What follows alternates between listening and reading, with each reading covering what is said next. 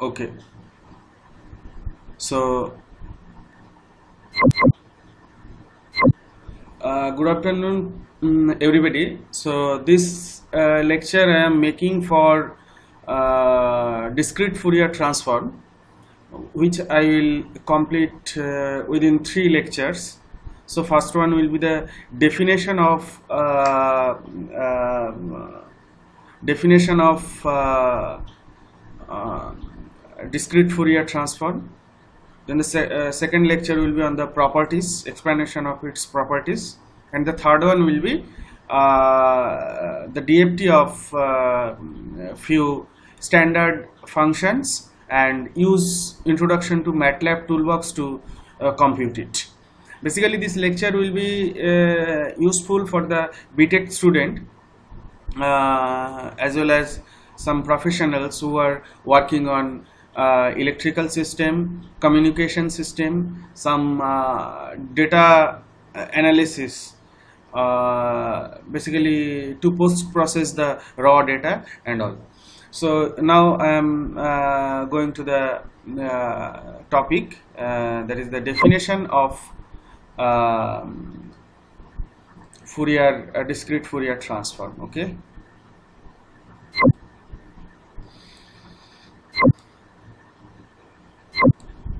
let me take a pointer. So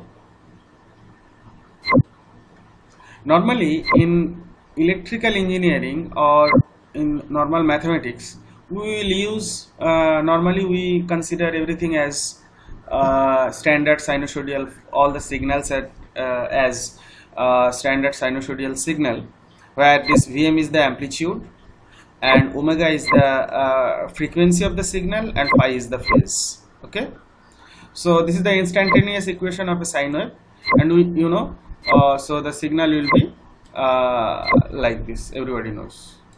So this is the period, so this is your Vm, okay, and this is the period t. Okay, so your basically omega is equal to 2 pi by t, and as it is start from this is, so if you talk in degree, so this is 0 degree and this is 360 degree, this is 180 degree, and this phase for this signal, for this picture, it is starting from 0, so phi is equal to 0. But in actual case, whenever we are generating some in this world, everything is discrete, it is not continuous, even though we are considering this is a continuous signal. But you can take one example from when we are generating the AC power from inverter. Basically it's a switched DC, okay, but we are maintaining always the fundamental component as this. Okay, so now we should understand, actually we need a certain frequency, our interest is a certain frequency, but when we are generating, along with that, that frequency will never be produced, some other frequency also will be there. So how to know mathematically with that generated signal what are the other frequencies are required? Okay, so let us take one pictorial example rather than going to deep mathematics. So you see here the red color signal, this is a 20 millisecond, this is 20 millisecond, okay, this point is 20 millisecond. So the red color signal is a waveform of 50 hertz. Then the blue color, you see, in the half cycle within 10 millisecond, one cycle complete. So this is 100. So so the 50 hertz signal having an amplitude of 100, whereas the double of that frequency 100 hertz having a amplitude of 50. So now you see in here this green color, this is within a half cycle of that red color, it is 1.5 cycle completed for the green color. So that means that frequency is 150 hertz. This green color frequency is 150 hertz and the amplitude is 25. So this is 25. Okay. And for this color, it is what color? Purple color. So for this purple color, you see within the half cycle of the fundamental, that means 50 hertz, it's completed 2 cycles for this purple color.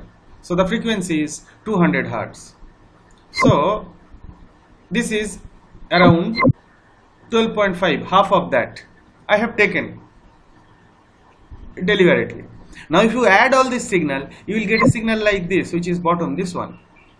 You see, it is not exactly sine wave, but whenever you are generating the through some process or through some electronics or through some device, whenever you are generating the sinusoidal waveform, rather than getting that exact sine wave, you may get such kind of something, which is a mixture of different sine wave with different frequency.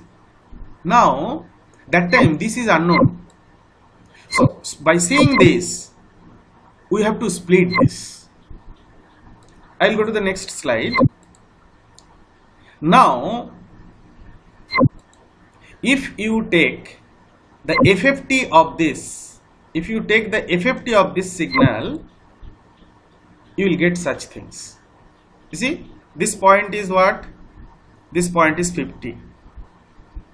So 50, what you are getting? This amplitude is 100. You see, that is the amplitude of this, and this is the 100 hertz. Now actually in time domain, this is your time axis, but in FFT, that is the frequency domain, this x-axis is frequency. So now at 50, at 100, it should be 50. You see, it is exactly 50. For 150, it should be 25. For 200, it should be 12.5. So its mathematical tool is doing like this. So basically, whenever we are getting a raw signal which is generated through some process or through some electronics, if we want to know what are the frequency component consisting inside that waveform, we need to apply this Fourier transform, okay, DFT. So basically discrete Fourier transform is doing the same thing. Here what I told, we are getting this kind of signal. So from this kind of signal, we have to find out what are the frequency component existing in that signal and what is its amplitude. If you want to know that, you have to perform FFT. Okay. Now any signal, any periodic signal which having the period of t, that means at every t time the amplitude, the value of the signal is getting repeated. So that is called a periodic signal. So that can be written as this. Okay. So here A0 is some constant, An also some constant. So A0, so summation n is equal to 1 to infinity An cos omega nt Bn sin omega nt, where your A0 is equal to 1 by t by 2 integrate 0 to t Vt dt. Okay, and your An is equal to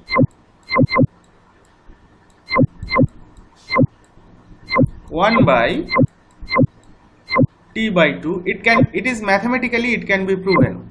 So that proof I am not telling you. I hope you have already studied in Fourier series. This infinite series is called Fourier series. So that is Vt cos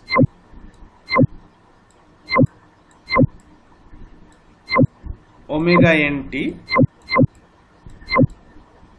dt. This is An. and your sin n in bn is what? Bn is equal to 1 by t by 2 integrate 0 to 2 vt cos omega nt dt. So this, any signal can be written, any periodic signal can be written in this form. Okay. Now if I consider another two equations where an is equal to Cn is another constant, an is equal to Cn cos phi n and bn is equal to Cn sin phi n. Now if you divide these two, so your tan phi n is equal to bn by an. So your phi n is equal to tan inverse bn by an. Okay, and the both things, if you square and add, this is an square plus bn square and cn square into cos square phi n plus sin square phi n. So that is equal to 1. So cn square is equal to an square plus bn square. So cn is equal to root over an square plus bn square. Okay. Now if I substitute here, it is coming like this. Okay. Now if you take Cn common, so it is coming as cos A cos B plus sin A sin B, which is nothing but cos A minus B. So this equation is reduced to this. Basically this function don't have any frequency. That means it's a, you see, we know DC, any signal DC component has no frequency. So this is the DC component of any signal, which is called the average of that signal. So for sine wave, in a sine wave, it is like this. So whatever positive side is there, that much negative is there. So average is this plus this by 2, which is 0. So a perfect sine wave with any DC shifting having an average value of 0. Okay. So now the entire infinite series I can represent with a cos function. Now we know the cos x is equal to, this is the de Moivre's theorem. We can represent as this cos x is equal to j. Here j is equal to, j is complex operator, which is j is equal to -1. Okay,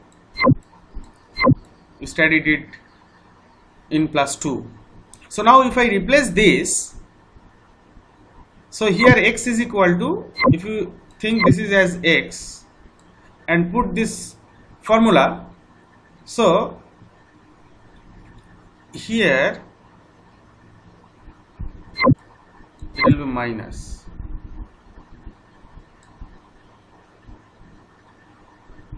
Okay, because this is minus phi n. So it will come like this. So here what is dn? This dn is equal to Cn by 2 e to the power minus j phi n, and now here this is basically 0 to, now this is 1 to infinity. Okay, so here dn, basically your dn is equal to Cn by 2 into e to the power minus j phi n.